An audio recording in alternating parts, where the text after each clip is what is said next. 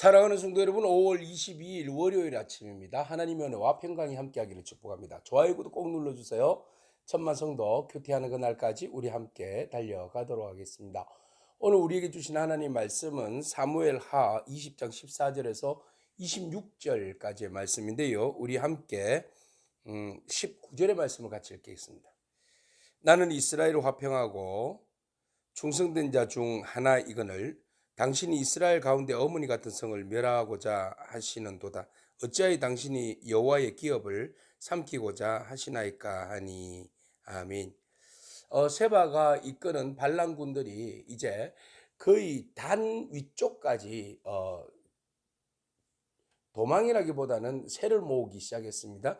그래서 예루살렘에서 굉장히 그 위쪽에 있는 아벨과 벳 마가와 베림 온 땅을 다니면서 사람들을 새로 모았습니다. 그리고 난 다음에 아벨성에 들어가게 되었습니다.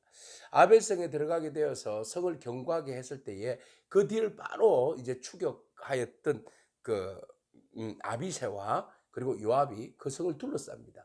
그 성을 둘러싸고 그리고 이제 공성전을 이루게 되는 거죠. 그래서 이제 성이 쌓여 있으면 거기다가 또 흙을 쌓아서 좀 높게 해서 성을 공격하기 쉽도록 그렇게 만드는 상황에 이릅니다.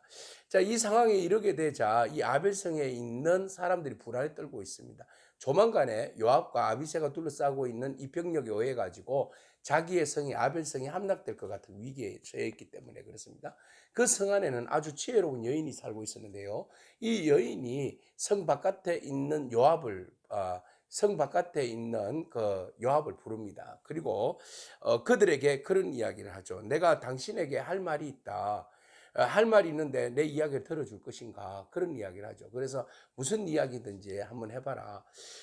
이 성은 예, 이 성은 어머니와 같은 성이다. 이 성은 대대로 그 지혜가 넘치는 성인데 너희가 이 성을 멸하였다가는 바로 이 성이 어떻게 되는 거죠? 한순간에 하나님의 기업이 무너지는 것과 같다. 그래서 이 성을 너희가 무너뜨린다는 것은 참으로 하나님의 사역에 있어서 사업에 있어서 아주 치명적인 그런 결정을 남기게 되는 것이다. 이런 이야기를 하죠. 그리고 우리는 싸울 마음이 없다. 당신들과 대적할 마음이 없고 우리는 오히려 이 성은 평화를 구하는 성이고 우리는 충성된 자들이다. 다윗의 어떤 정책에 대해서 우리가 반대하고자 하는 그런 마음 없는 사람들이다. 그런데 지금 누가 세바가 들어와 가지고 지금 이 성 안에 있는 이 상황에서 우리가 지금 어찌할 바를 모르겠다. 이런 이야기를 하는 거죠. 그래서 우리는 세바의 일에 대해서 동조하지 않는다는 이런 의미 아니겠습니까? 자, 그런 이야기를 하게 되니까 이제 요압이 그러면 조건이 있다. 내가 너희들의 성을 한 사람도 멸하지 않겠다. 그런 이야기합니다. 결코 우리가 당신의 성을 멸할 생각은 없다, 사실은. 그런데 우리가 원하는 것은 당신들이 아니라 바로 이 그 아벨성에 있는 한 사람의 목숨만 우리가 요구한다라는 겁니다. 그러면 그 한 사람의 목숨이 무엇이냐라고 이야기하니까 세바의 머리만 달라 이런 이야기를 하게 되는 거죠. 그러면 당신들이 정말 이 성을 점령하지 아니하고 우리를 보호해 줄 수 있냐 이런 이야기를 하죠. 그러자 그렇다 약속할게. 자, 그래서 이 여인이 그 공동체 안에 있는 자기들 그룹의 리더들에게 이야기하게 되었고 그 리더들이 바로 순식간에 세바를 잡아다가 목을 잘라서 요압이 있는 성 밖으로 그 세바의 머리를 던져 버립니다. 자, 이렇게 해서 요압은 이제 목적을 이루었기 때문에 나팔을 불고 그리고 이스라엘 군대를 해산하고 또 함께 모여 있었던 세바를 중심으로 이루어졌던 그 반란군들이 다 그냥 자기 지파로 돌아감으로써 모든 반란군의 그 행색들 일들이 이제 일단락되는 그런 이제 상황에 놓이게 된 겁니다. 자, 이렇게 해서 다윗을 둘러싸고 있었던 수없이 많은 반란의 이야기는 끝이 납니다. 참 이 모든 것들이 다윗의 한순간의 범죄로 인하여서 이루어진 그런 결과들이라 우리는 그렇게 볼 수 있습니다. 한 사람이 잘못된 선택과 결과가 얼마나 많은 희생과 어려움을 공동체에 던져줄 수 있는가에 대한 우리는 이야기를 살펴봅니다. 그래서 우리 스스로가 리더로서 맡은 바가 큰데 우리 스스로가 하나님 앞에서 성결하고 거룩하려고 노력하는 그런 마음들이 우리 안에 있어야 할 줄로 믿습니다.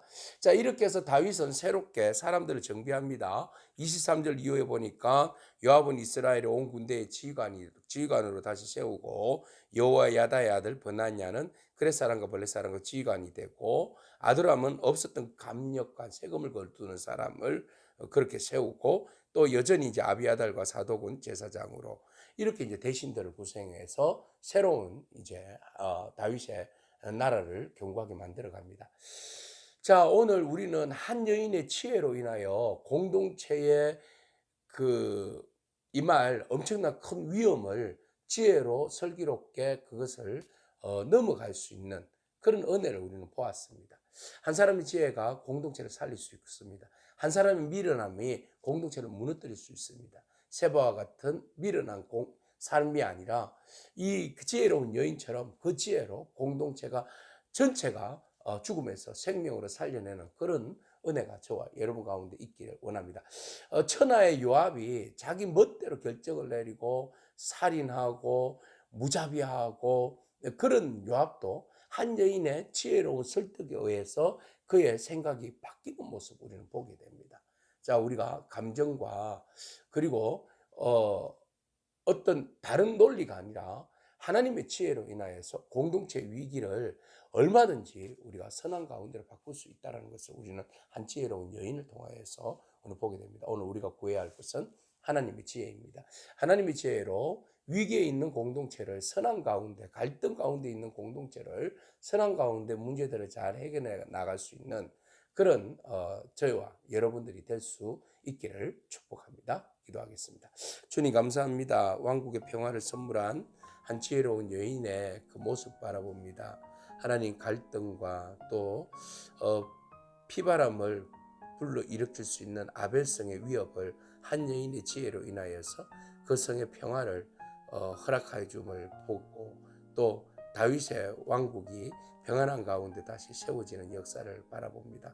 한 사람의 희생과 한 사람의 지혜가 공동체에 얼마나 큰 거룩한 영향력을 끼치는 것을 살펴봅니다. 하나님 우리에게도 이런 하늘의 지혜를 허락하여 주셔서 공동체가 믿음 안에서 온전히 분열과 갈등이 해결되어지게 하시고 또 위기가 새로운 어떤 기회로 나아갈 수 있는 그런 길목 역할을 우리의 지혜로 감당할 수 있도록 하나님 우리에게 은혜를 베풀어 주옵소서. 그리하여서 하나님 기뻐하시는 온전한 하나님의 나라를 세워갈 수 있는 저희들의 삶이 되게 하옵소서. 예수님의 귀하신 이름으로 기도합니다. 아멘. 오늘도 믿음으로 승리하길 축복합니다. 아멘.